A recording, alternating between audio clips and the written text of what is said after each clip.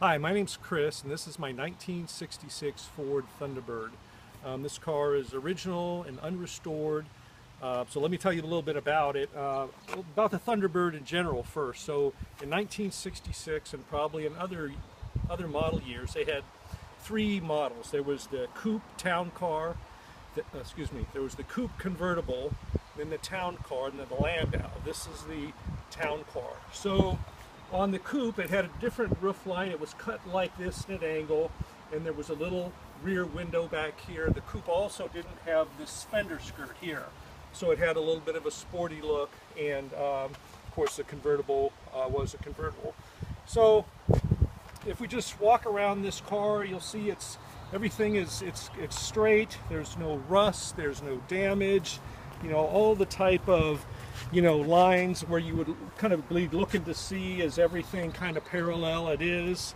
If we look back here at the front, you've got the bumper, you've got the T-Bird emblem here with kind of the turquoise inlay.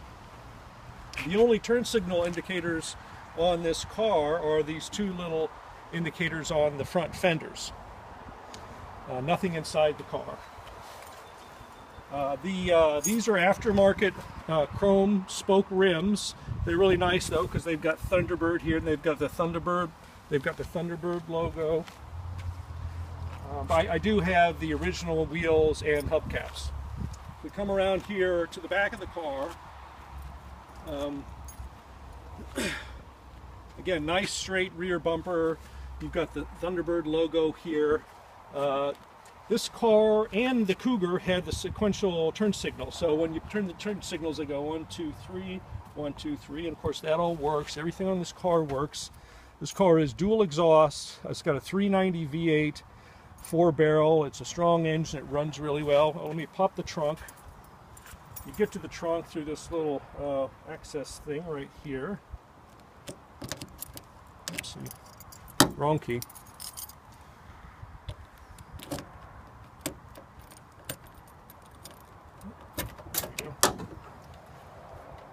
Anyway, nice big trunk, spare tire.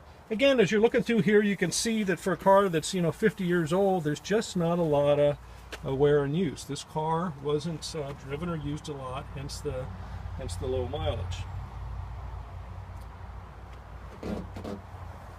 So let's go inside and take a look. Point out the nice Thunderbird logos here. So first thing about getting inside this car is this little swing away steering wheel, which makes it easier for you to slip in here, straighten this out, and then pull the steering wheel back.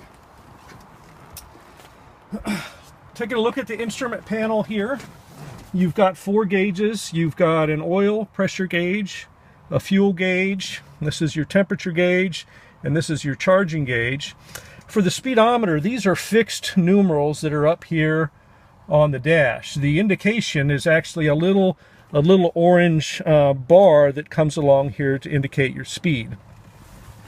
Over here we've got, this is the control for your windshield, wiper speed, as well as washers. This is a map light. This is the control for the vent, both left and right. Additionally, down here, there's a control for opening and closing the rear vent. So when you have all this stuff open, you get a really nice airflow through here. The car does have an aftermarket AM/FM CD player. This is the original AM radio, your heater and defrost control. There are power, in this case they're vacuum door locks, so you can open and close from here. And all the windows are electric. So if we kind of back out a little bit here, you can see not only is the window, let me get some power in the car here, hang on. Not only is the window electric, but the little vent window is electric as well. And if my camera person will back out just a little bit, and the driver's seat is 6-way electric as well. So you've got 6 different adjustments here. Do a little more forward motion here. It's a little temperamental. Anyway, let's see. There's there's no glove compartment here where you would typically expect to see one. The glove compartment is this center console that sits between the driver and the passenger seats. There is a trunk release lever in here. You can see everything in here is red leather for the most part. Up inside here you've got this red center console, and it's got 3 lights and 1 button. There's a seat belt light. This is the button for your emergency flashers, a door ajar light, and a fuel light. Here I have your original 1966 owner's manual and a shop manual as well. If we kind of take a look at the back seat, the front seat's kind of hinged forward so you can get in the back, and you know, the back seat always reminds me of the drive-in makeout seat. You can see very little wear, the lovely red leather. Let me pull down the there's a little armrest that comes down.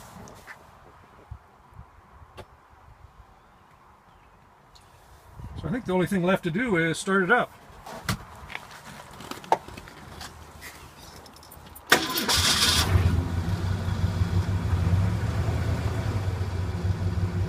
Let's go ahead and pop the hood.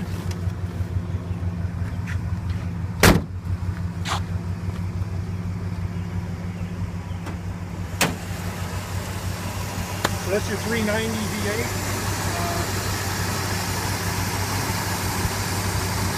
Not much else to say about it. It runs great, runs strong.